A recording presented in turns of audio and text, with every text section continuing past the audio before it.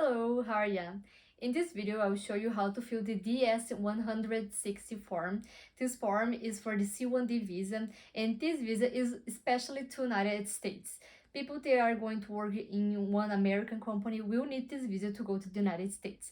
It's named a crew on transit visa. So you will see that it's a little bit complicated and you need to do with attention because otherwise you might answer something wrong. So just be careful when you do it, and that's it. I'll show you now. Just one thing, if I'm speaking way too fast, you can pause or you can put less speed on the video. Okay, let's see it. This is how the form looks like. I put the link on the description. The first thing that you gotta do is choose the place where you will be doing your interview. I put São Paulo, for example.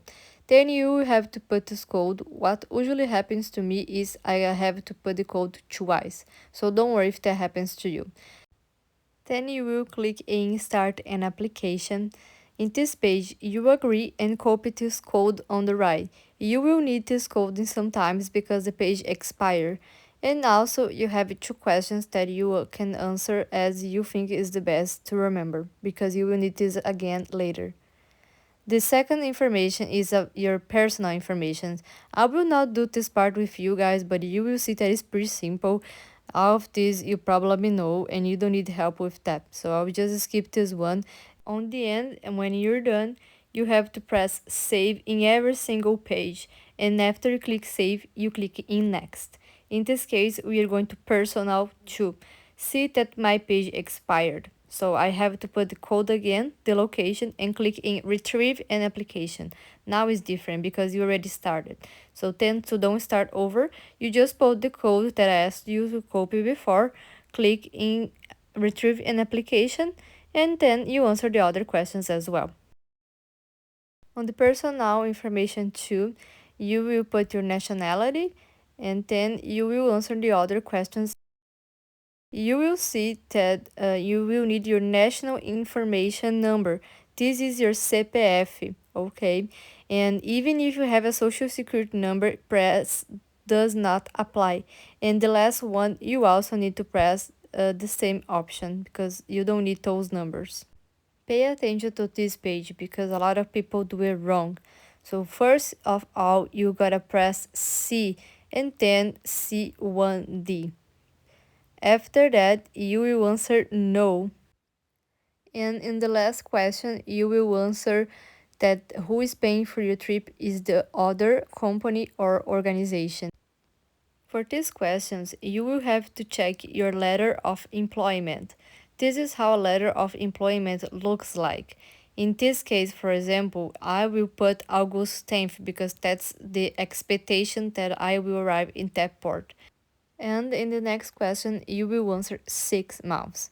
Those other informations you also found in your letter of employment on the top.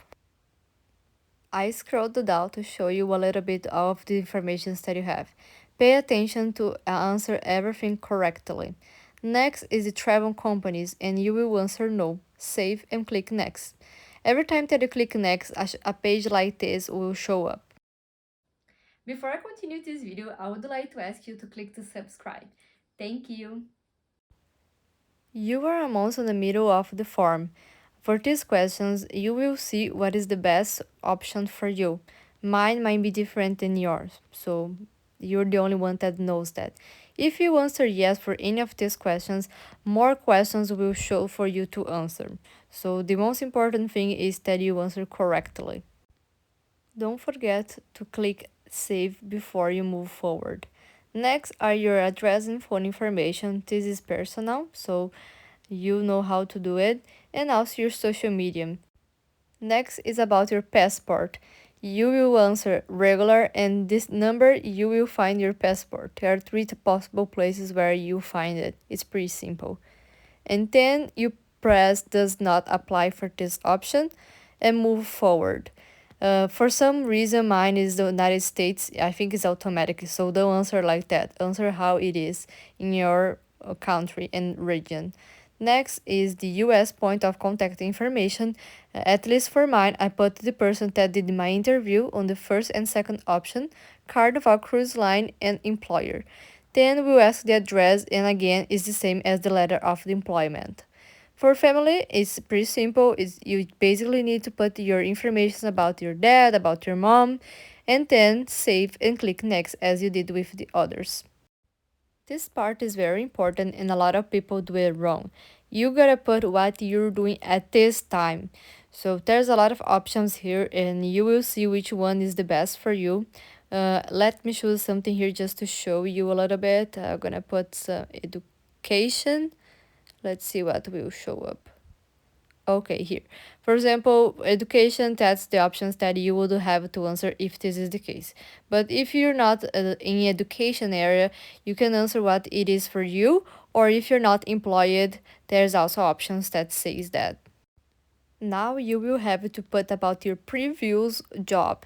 And again, you probably know of these informations. Just pay attention because each step is different. Before it was current job, now it's previous. So it's pretty simple and easy to get confused. And see that every time that you answer yes, a lot of questions will show up. And then you have some similar questions. Next is pretty simple. You basically answer no for all of these questions. Don't answer yes, okay? And I'll just skip this part. It's like 5 parts, so I'll just skip. The last one is crew visa information. Again, this is exactly how it looks like in your letter of employment. And in that question, you will answer no even if you have an agency because they are not responsible for you.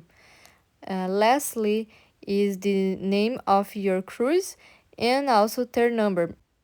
If this does not say in your letter of employment, you have to find on Google. Traffic Marine is a great site to find out. You finished the form.